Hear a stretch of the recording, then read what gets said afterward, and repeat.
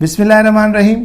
हिन वीडियो के अंदर अज असी यूनिट 5 सिंप्लीफिकेशन के वर्ड प्रॉब्लम्स के हल कंदासीं, एग्जाम्पल्स के पढ़ंदासीं। उन खां बाद में जेका एक्सरसाइज है हिन वर्ड प्रॉब्लम की सिंप्लीफिकेशन के अंदर उन जे हिक हिक हिसाब के समझण जी ऐं उन खां पोइ उन जे सॉल्यूशन के सीखण की कोशिश कंदासीं। सो गॾु जो आख़िर ताईं पहिरियों नंबर एग्जाम्पल है इन जी इंग्लिश तो डेफिनेटली तव्हां लिखियल है पढ़ी सघो था, पर इन जो मतलब अगर कढूं तो यो है तो सिंपल उर्दू टेस्ट है, उन जो 40 मार्कूं आहिनि ऐं जेका पासिंग मार्क है 1/4 यानी 40 जो चौथों हिस्सो अगर को खणे तो ॿार तो वो पास है। तो आखिर में असां खां पुछियो थो वञे तो हारिस के केतिरियूं मार्कूं खणणु खपनि पासिंग जो हू खणे तो हू पास थी वञे। तो हाणे असांखे सभ खां पहिरियां इहो ॾिसणो पवंदो तो टोटल मार्क्स केतिरियूं आहिनि, उहे 40 आहिनि ऐं 1/4 पासिंग मार्क्स आहिनि, माना अगर 40 जो चौथों हिस्सो को खणे तो पास है। तो असां ॿिए नंबर ते छा लिखियल है असांजे अॻियां 1/4 ऑफ 40। तो 40 जो डेफिनेटली असां जॾहिं चौथों हिस्सो कढंदासीं तो असांखे ख़बर पवंदी तो पासिंग मार्क्स कंहिं ॿार खे केतिरियूं खणणु खपनि। सो अहिड़े तरीक़े सां हिते ऑफ जो मतलब मल्टीप्लाई आहे ऐं इहा ॻाल्हि ज़हन में रखी छॾियो त मतलब ऑफ जो मतलब मल्टीप्लाई आहे। ख़ासि करे परसेंटेज में ऑफ सां इलाही प्रॉब्लम्स ईंदा आहिनि। वर्ड प्रॉब्लम असां अॻिते हली इन्हनि खे बि डिस्कस कंदासीं, पर तव्हांखे फ़िलहाल इहा ॻाल्हि ज़हन में रखणी पवंदी। सो 1/4 ऑफ 40 जो मतिलबु आहे त 40 जो चौथों हिस्सो केतिरो थींदो। जॾहिं असां हिन जो हल कंदासीं, हिन खे रिड्यूस कंदासीं त जवाबु लिखियलु आहे असांजो 10 ऐं आख़िर में लिखियलु आहे त हारिस अगरि 10 मार्कूं खणंदो त जेको आहे टेस्ट पास करे सघे थो। जीअं 100 मां अगरि कंहिं टेस्ट में लिखियलु हूंदो आहे त 50% आहे, त यानी 100 मां अगरि उहो 50 खणंदो त उहो पास हूंदो। सो पहिरें नंबर एग्जाम्पल जो जेको कलेक्टिव मतिलबु आहे उहो इहो आहे।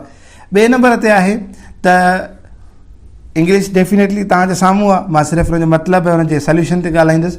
त फौज़िया खे हिकु केक आहे जंहिंमें 1/4 पंहिंजी भेनरुनि खे थी ॾे चौथों हिसो ऐं उन खां पोइ 2/3 पंहिंजे ॿिनि भाइरनि खे थी ॾे। ऐं हिन असांखे वर्ड प्रॉब्लम जे अंदरि असां खां पुछियो थो वञे त बक़ाया हुन वटि केतिरो केक बचे थो। हाणे असां छा कंदासीं, सभ खां पहिरियां त सोल्यूशन जे अंदरि लिखंदासीं त हुनखे हिकिड़ो केक आहे ऐं जेको हू पंहिंजी भेण खे हिसो ॾिए थी ऐं पंहिंजे भाउ खे हिसो ॾिए थी। असां उन ॿिन्ही खे कंदासीं जोड़। जॾहिं असां हुनखे जोड़ कंदासीं त पोइ उन हिकु केक मां असां हुनखे कटींदासीं। इन जो हिकिड़ो नंढो अगरि तव्हांखे कॉन्सेप्ट सम्झाइण जी कोशिशि कयां त उहो इहो आहे त अगरि कंहिं बि मतिलबु असलम वटि 8 किताब आहिनि, ठीकु आहे, 2 पंहिंजी भेण खे ॾिए थो, 3 पंहिंजे भाइरनि खे ॾिए थो। त हाणे असां सभ खां पहिरियां छा कंदासीं, अगरि को पुछे थो त हाणे बक़ाया हुन वटि केतिरा किताब बचा, त असां छा कंदासीं, पहिरियों भेनरुनि खे ॾिनल किताब भाइरनि खे ॾिनल किताब पाण में जोड़ कंदासीं ऐं उन खां पोइ जेको आहे असां कट कंदासीं टोटल मां। त अहिड़े ई तरीक़े सां हिते बि आहे त फौज़िया वटि 1/4 पंहिंजी भेण खे ॾिने, 2/3 पंहिंजे ब्रदर्स खे ॾिने। असां जॾहिं खे जोड़ कंदासीं उन खां पोइ असां उन हिकु यानी 1 मां उनखे माइनस कंदासीं, असांखे ख़बर पइजी वेंदी। ऐं तव्हांजे साम्हूं लिखियलु आहे जॾहिं असां 1/4 ऐं 2/3 खे जॾहिं प्लस कंदासीं त हुन जो जवाबु त अचे 11/2। हाणे उनखे जॾहिं हिक मां कट कंदासीं त असांखे बचंदो 1/12। हाणे कट करण जो सिंपल तरीक़ो इहो आहे त तव्हांखे ऑलरेडी उहो वीडियोज़ जे अंदरि सम्झायल आहे। त हिन में सिर्फ़ु ऐं सिर्फ़ु असांजो कॉन्सेप्ट क्लियर कराइणो आहे ऐं तव्हां बुक पेन खणी करे हिन खे डेफिनेटली प्रैक्टिस कंदो त जीअं तव्हांजो क्लियर थी वञे। त 1/12 हिन जो जवाबु बचंदो जेको हिन वटि केक जो हिसो बचियो आहे। हाणे इन्हनि एग्जाम्पल्स खे ई मतिलबु ज़हन में रखी करे असां अॻिते वधूं था 3 नंबर एग्जाम्पल जे तरफ़। हाणे इन जो बि मतिलबु इहो आहे त हिकु दुकान जे अंदरि 5380 मतिलबु जोड़ा पिया आहिनि। उन मां 3/5 ॻाढ़ा आहिनि, 1/10 ग्रीन आहिनि।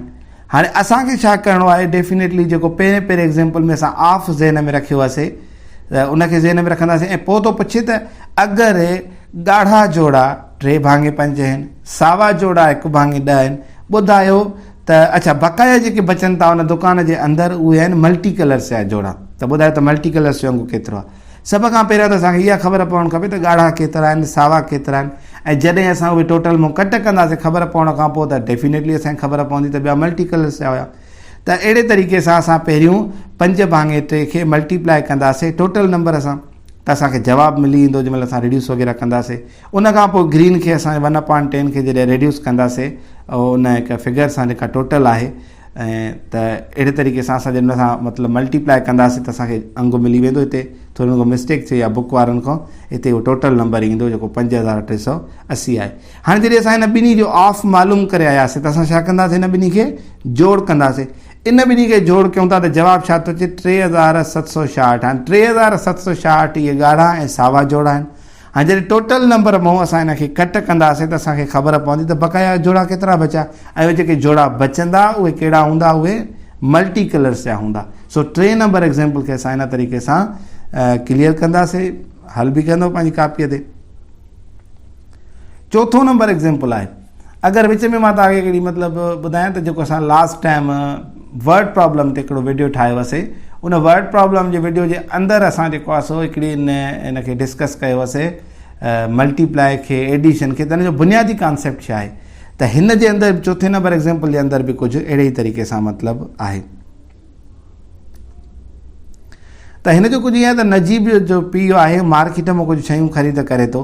हाणे ॿुधायो त हुन टोटल जेके शयूं ख़रीद कयूं आहिनि हुनखे केतिरा पैसा पे करणा पिया आहिनि। जीअं हू 30 आना ख़रीद करे थो, हिकिड़ो आनो हेतिरनि पैसनि में थो मिले, 20 मतिलबु साबुण ख़रीद करे थो हेतिरे थो मिले, 25 साबुण ॿिया थो ख़रीद करे हिकिड़ो हेतिरे थो मिले, 15 पैकेट एतिरा मतिलबु पाउडर जा ख़रीद करे थो हिकिड़ो हेतिरे थो मिले। त असां मल्टीप्लाई जे अंदरि इहो सिखियोसीं त जॾहिं हिकिड़ी शइ जी रक़म जी असांखे मालूम हुजे, बक़ाया जी मालूम करणी हुजे, असां मल्टीप्लाई कंदासीं। सो सोल्यूशन जे अंदरि हिन इहो ई कयो आहे त 30 आना खयां अथई, उनखां पोइ हिकु आने जी रक़म असां मल्टीप्लाई कई अथई, वरी 20 साबुण खयां अथई, उनखां पोइ हिकु साबुण जी रक़म मल्टीप्लाई कई अथई, 25 खयां अथई, हिक जी मल्टीप्लाई कई अथई, 15 खयां अथई, उनखां पोइ हिक जी मल्टीप्लाई कई अथई। हाणे जॾहिं मल्टीप्लाई कई अथई त डेफिनेटली अंग मिली विया असांखे, त पोइ छा कयो अथई, हुनखे जोड़ कयो अथई। जोड़ करण खां पोइ असांखे ख़बर पई त टोटल जेके मतिलबु नजीब जो जेको पीउ आहे एतिरा पैसा हुन पे कया आहिनि इन सॼे सामान जे लाइ। त हाणे हिन जे अंदरि अगरि असां थोरो मतिलबु जाइज़ो वठूं त सिंपल हिन जे अंदरि प्लस जो मल्टीप्लाई जो कॉन्सेप्ट हुयो। मल्टीप्लाई करणी हिकिड़ी शइ जी रक़म ॿी शइ तां मिले हुई। सो अहिड़े तरीक़े सां तव्हां पाण बि इन्हनि खे स्टडी कंदव। वीडियो इलाही लंबो न थी वञे, इन जे करे कम जी थोरी गुफ़्तगू करे असां अॻिते हलंदा वेंदासीं। सो हाणे असां एक्सरसाइज़ जे तरफ़ ईंदासीं। एक्सरसाइज़ जो मां हिसाब जो मतिलबु तव्हांखे सम्झायो, उनखां पोइ तव्हांजे अॻियां सोल्यूशन रखंदुमि ऐं इनशाला उमेद आहे त तव्हांखे हिकु हिसाब वरी पाण खे बि प्रैक्टिस करिणो आहे त जीअं तव्हांजी हिकिड़ी प्रैक्टिस बहितर थी वञे। 5.2 जो जेको एक्सरसाइज़ जो जेको पहिरियों हिसाब आहे उन खे मां मतिलबु तव्हांजो उहो उन जो कॉन्सेप्ट क्लियर कराए मां उन जो सोल्यूशन तव्हांजे साम्हूं हिकिड़े पेज ते हल करण जी तस्वीर रखी मां तव्हांखे सम्झायां थो। त टोटल चए थो त हिकु स्कूल में 640 ॿार आहिनि। 3/10 जेके आहिनि उहे वेहीकल्स यानी गाॾियुनि ते अचनि था पंहिंजनि ते।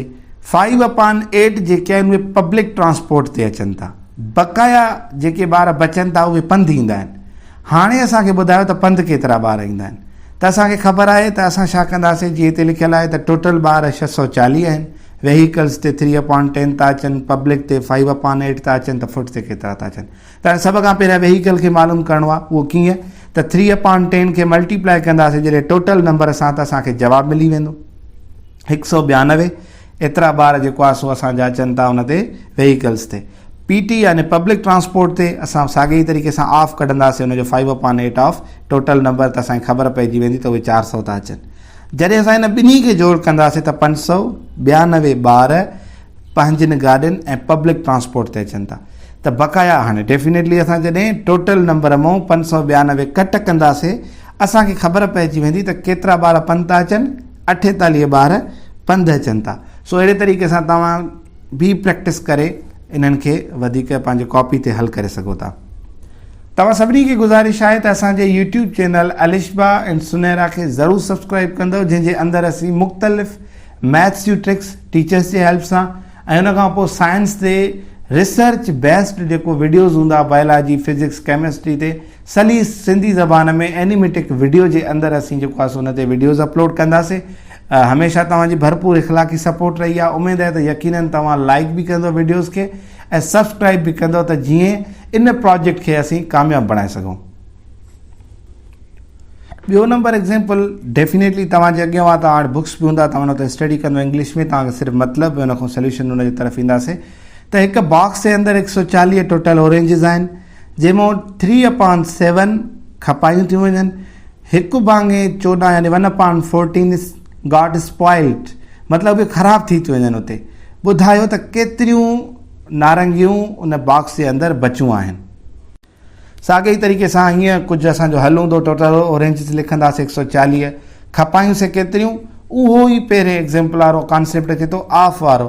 त 3/7 ऑफ 140 असां मल्टीप्लाई कंदासीं त असांखे जवाबु मिलंदो त 60 खपायूं आहिनि स्पॉइल्ड 1/40। हाणे 1/40 जॾहिं 140 जो कढंदासीं मल्टीप्लाई कंदासीं त ख़बर पवंदी उहे 10 जवाबु अचे थो।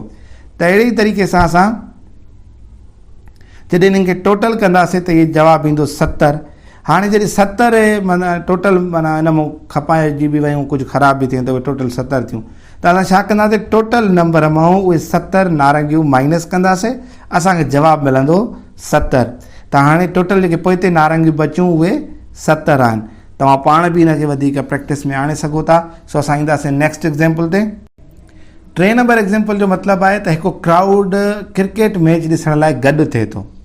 उन मां 1/8 ट्रेन ते थो अचे, 2/7 बस ते थो अचे, 1/4 मतिलबु व्हीकल्स ते अचनि था गाॾियुनि ते। ॿुधायो त उन क्रिकेट ग्राउंड जे अंदरि मतिलबु पंधु केतिरा आया आहिनि, मतिलबु पेरनि सां केरु आया आहिनि, केतिरा आया आहिनि।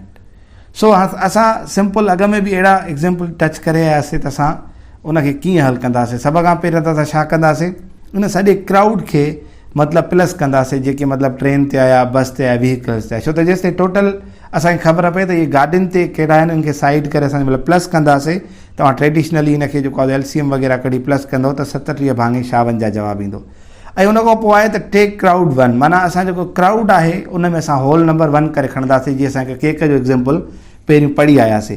हाणे असां 1 डेफिनेटली माइनस कंदासीं 1 मां जंहिं महिल त असांखे जवाबु मिले थो। त 1/1 जॾहिं कंहिं बि नंबर खे हेठां कुझु बि न हुजे त असां हुनखे 1 ॾींदा आहियूं।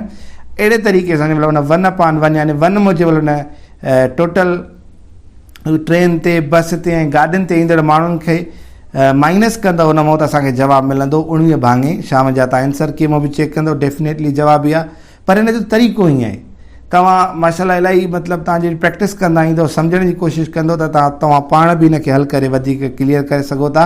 त हिन क़िस्म जा जॾहिं बि असांखे हिसाब मिलनि त पोइ असां 1 छा कंदासीं टोटल करे खणंदासीं फ्रैक्शन जे अंदरि।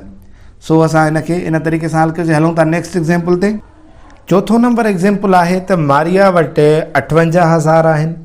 उन मां जेको हू हिसो ॾिए थी 16/29 पंहिंजी माउ खे, ऐं जॾहिं उहो हिसो ॾेई बीहे थी त जेके पैसा बक़ाया उन वटि बचनि था उन मां 1/4 हिसो ज़कात में ॾिए थी। उन खां बाद में ॿुधाइनि था त पुछनि था त ॿुधायो त हुन वटि अमाउंट केतिरो बचो। सो पेज ते चऊं था त मारिया वटि टोटल 58,000 आहिनि ऐं उन जी माउ खे जेको हिसो ॾियणो आहे उहो 16/29 आहे। त असां रिपीटेड हिकिड़ो एक्शन कंदा अचूं था त 16/29 58,000 जो मालूम करणो त असां हुनखे मल्टीप्लाई कंदासीं। सो जॾहिं असां 16/29 खे 58 सां मल्टीप्लाई कंदासीं 58,000 सां त असांखे जवाबु मिलंदो 32,000 रुपया।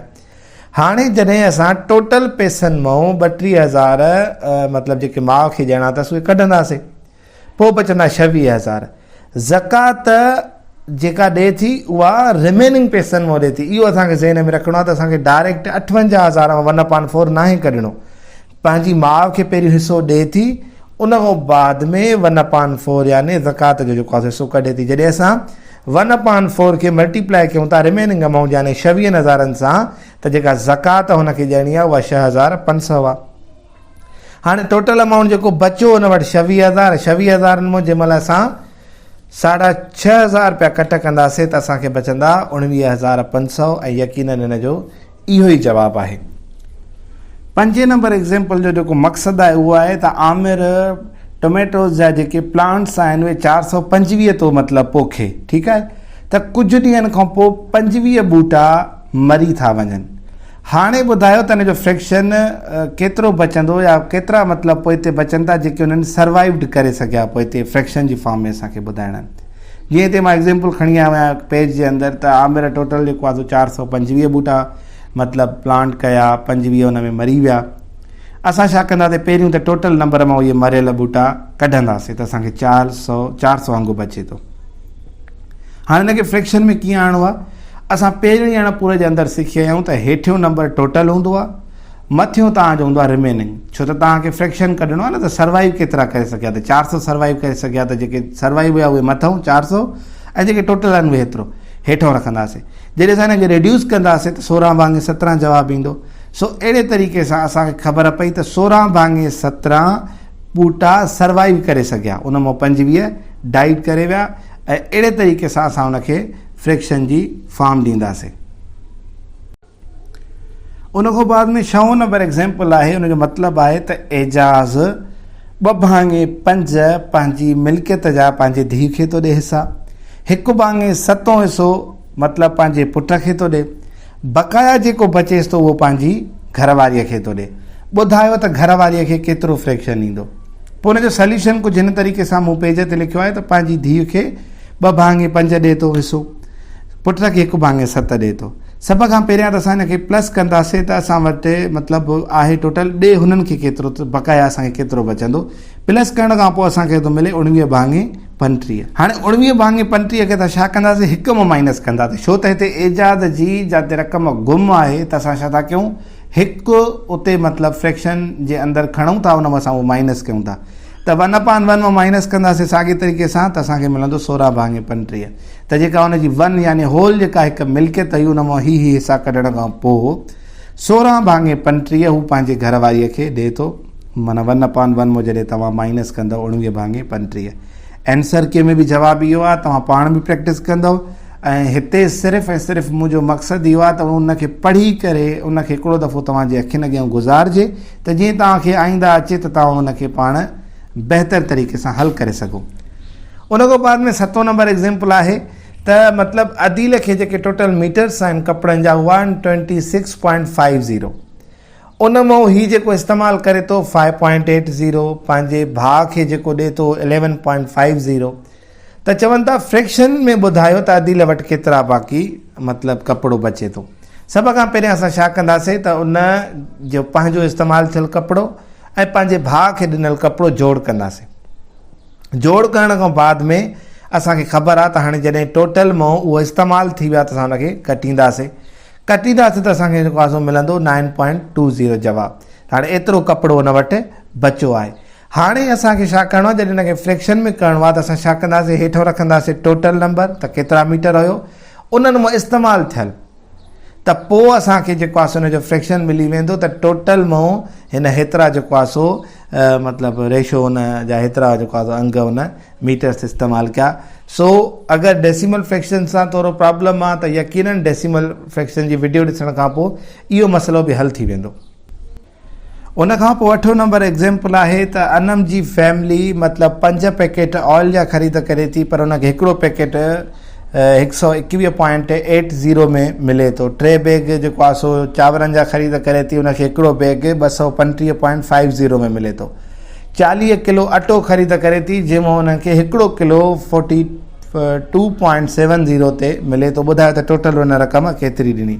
सो चऊं था हाणे मतिलबु सिंपल हिसाबु आहे, ऑयल जी कास्ट खे असां मतिलबु टोटल खणंदासीं ऐं हिक जी खे जॾहिं मल्टीप्लाई कंदासीं उनजो जवाबु चांवरनि जे असां टोटल बैग्स खे उन हिक जी रक़म सां मल्टीप्लाई कंदासीं, फ्लोर जे 40 किलनि खे हिकिड़े किले सां मल्टीप्लाई कंदासीं त हिन तरफ़ असांखे जवाब मिलियल आहिनि। सो जॾहिं असांजो टोटल कंदासीं त डेफिनेटली इहो जवाबु आहे त टोटल मतिलबु हिन एतिरा पेड कया आहिनि। सो असां एग्ज़ाम्पल में बि अहिड़ो अॻ में हिसाबु पढ़ी आयासीं। 9 नंबर एग्ज़ाम्पल आहे त उमेर 0.06 जेको पंहिंजो पॉकेट मनी जो आहे त उहो मंडे ते थो खपाए, उन खां पोइ ट्यूसडे ते 0.25 थो खपाए, वेनसडे ते 0.50 थो खपाए ऐं रिमेनिंग ऑन थर्सडे त चए थो त थर्सडे ते बक़ाया खपाए थो छॾे जेके बि अथसि। त ॿुधायो त कहिड़ो फ्रैक्शन हिनखे थर्सडे ते केतिरा पैसा हुया। सो चवंदा हिकिड़ो सिंपल आहे त मंडे ट्यूसडे वेनसडे खे जॾहिं असां प्लस कंदासीं त 0.81 ईंदो। ऐं जीअं त तव्हांखे ख़बर आहे त हिन में टोटल हिन जी जेको आहे सो मतिलबु पॉकेट मनी नाहे ॾिनी वई असांखे, पोइ असां टेक 1 माना हिकु खणंदासीं, उन मां जॾहिं असां कट कंदासीं त असांखे 0.19 बचंदो, पर असां हुनजो फ्रैक्शन छा ठाहींदासीं 19/100। हाणे अगरि हिते तव्हांखे इहा कट करणु थोरो मतिलबु कंफ्यूज़ करे थी त डेफिनेटली तव्हां डेसिमल ते ठहियलु वीडियो ॾिसंदो त इनशाला तव्हांजो हीउ बि क्लियर थी वेंदो। उन खां पोइ जेको आख़िरी एग्ज़ाम्पल आहे 5.2 में त Sobia purchase the following items for her home, त पंहिंजे घर लाइ कुझु सामान ख़रीद करे थी। 2 इलेक्ट्रिक बल्ब्स हिन रेट में हिकिड़ो इनखे थो मिले 80.95 में। 4 स्मॉल स्टूल्स थी ख़रीद करे त उनखे हिकिड़ो हेतिरे में थो मिले ऐं 3 टेबल्स थी ख़रीद करे त उन हिकिड़े जी हद में। त अहिड़े ई तरीक़े सां असां अहिड़ो एग्ज़ाम्पल हिकिड़ो करे आया आहियूं। इहो एग्ज़ाम्पल तव्हांखे असां सॉल्व कोन पिया करायूं, तमामु सिंपल आहे अगरि तव्हां सभु वर्ड प्रॉब्लम्स ॾिठा आहिनि तरतीब सां त इनशाला ही बि तव्हांखे सम्झ में अची वेंदो. स्टडी मोर एंड मोर, जेतिरो पढ़ंदव जेतिरो तव्हां प्रैक्टिस कंदव तव्हांजो कॉन्सेप्ट क्लियर थी वेंदो. असांजे चैनल खे ज़रूरु सब्सक्राइब कंदो अलिशबा एंड सुनहरा जेके, ऐं हिन सां बि गॾु हूंदो. सो इनशाला वरी असां हिकु नए टॉपिक सां मिलंदासीं. वस्सलाम अलैकुम वरहमतुल्लाह.